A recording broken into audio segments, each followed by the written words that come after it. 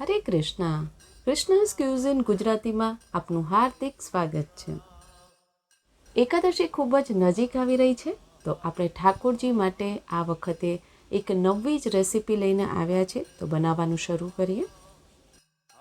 અગિયારસમાં આપણે અનેક પ્રકારની સ્વીટ બનાવતા હોઈએ છીએ, મીઠાઈ. તો આજે આપણે એક યુનિક રેસીપી બનાવવા જઈ રહ્યા છે, જે છે ચૂરમા. આ જે અગિયારસનું ચૂરમું છે તે તમે ખૂબ જ ઓછા સમયમાં બનાવી શકો છો. અગિયારસનું ચૂરમું બનાવવા માટે અહીંયા 1 કપ જેટલો રાજગરો લીધો છે, જેને રામદાના પણ કહેવામાં આવે છે. આ રાજગરો કોઈ પણ પ્રોવિઝન સ્ટોરમાં આસાનીથી મળી જાય છે. હવે એક જાડી કઢાઈ જેવું લેવાનું છે, બહુ પતલી નથી લેવાની. તેમાં 1 ચમચી જેટલો રાજગીરો ઉમેરીએ અને આ રીતે ચમચાની મદદથી તેને સતત હલાવતા રહેવાનું છે.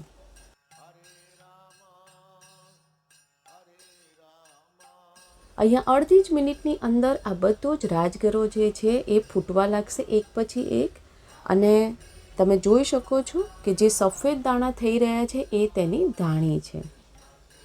જો તમે આ બધી જ રેસીપી ઇંગ્લિશ અથવા હિન્દીમાં જોવા માંગતા હોય તો બંને ચેનલની લિંક અમે ડિસ્ક્રિપ્શન બોક્સમાં આપી દીધેલ છે. હવે આ તૈયાર થઈ ગઈ છે, એને એક પ્લેટમાં લઈ લઈએ. એવી જ રીતે બીજી 1 ચમચી ઉમેરીએ. ધ્યાન રાખવાનું છે કે બહુ બધો રાજગરો એકસાથે નથી ઉમેરવાનો, નહીં તો બધો જ ફૂટીને બહાર નીકળી જશે. ખૂબ જ ઓછા સમયમાં આ રાજગરાના ફૂલ જે છે એ તૈયાર થઈ જશે. તમે જોઈ શકો છો કેટલું ફટાફટ તે ફૂટવા લાગે છે. આ જ રીતે બધા જ રાજગરાની ધાણી બનાવી લેવાની છે.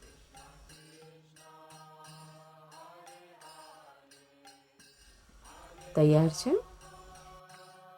હવે એક ચાળણી લઈ અને તેમાં આપણે જે રાજગરો ફૂલાવ્યો હતો તે બધો ચાળી લેવો, જેથી જે રાજગરો નથી ફૂલ્યો તે બધો આ રીતે નીકળી જશે. આ જ રીતે બધા જ રાજગરાના ફૂલને ચાળી લેવાના છે. અહીંયા તમે જોઈ શકો છો કે જે આપણે 1 કપ રાજગરો લીધો હતો તેમાંથી 3 કપ જેટલી તેની ધાણી બનીને તૈયાર છે. હવે એક મોટી પ્લેટ જેવું લઈ અને તેને ઘીથી ગ્રીસ કરી લઈએ.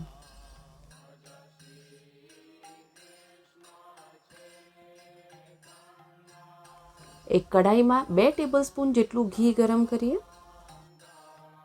ઘી ગરમ થાય એટલે તેમાં 1 કપ જેટલો સમારેલો ગોળ ઉમેરીએ.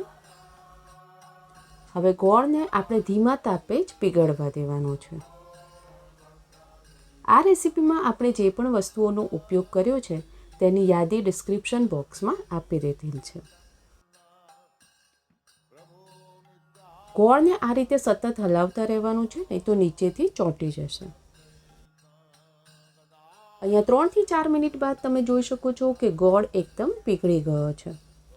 હવે તેમાં ઉમેરીએ 2 ટેબલસ્પૂન જેટલું પાણી, અડધી ચમચી જેટલો ઇલાયચીનો પાવડર, 2 ટેબલસ્પૂન જેટલા કોળાના બીજ, થોડી સુકાયેલી ગુલાબની પાંખડીઓ ઉમેરેલી છે. બધું મિક્સ કરી લઈએ.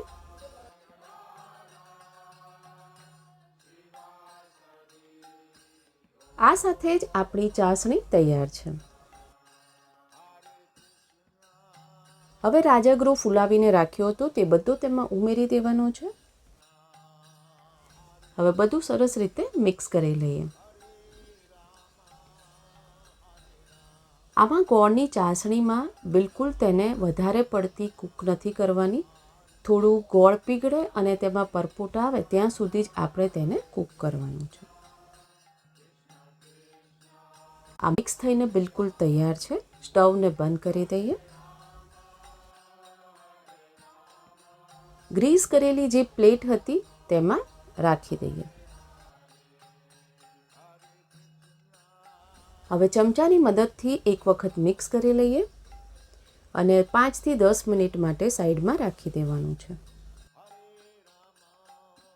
5 થી 10 મિનિટ પછી આ રીતે હાથથી તેને મિક્સ કરી લેવાનું છે.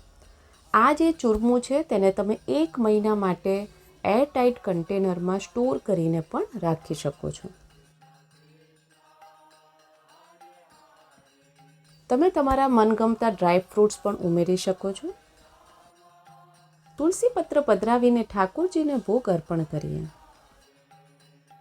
ઠાકોરજીને ભોગ લગાવી દીધેલ છે. રેસીપી પસંદ આવી હોય તો બનાવીને ઠાકોરજીને ભોગ અર્પણ કરવો અને પ્રસાદના રૂપમાં ગ્રહણ કરવું.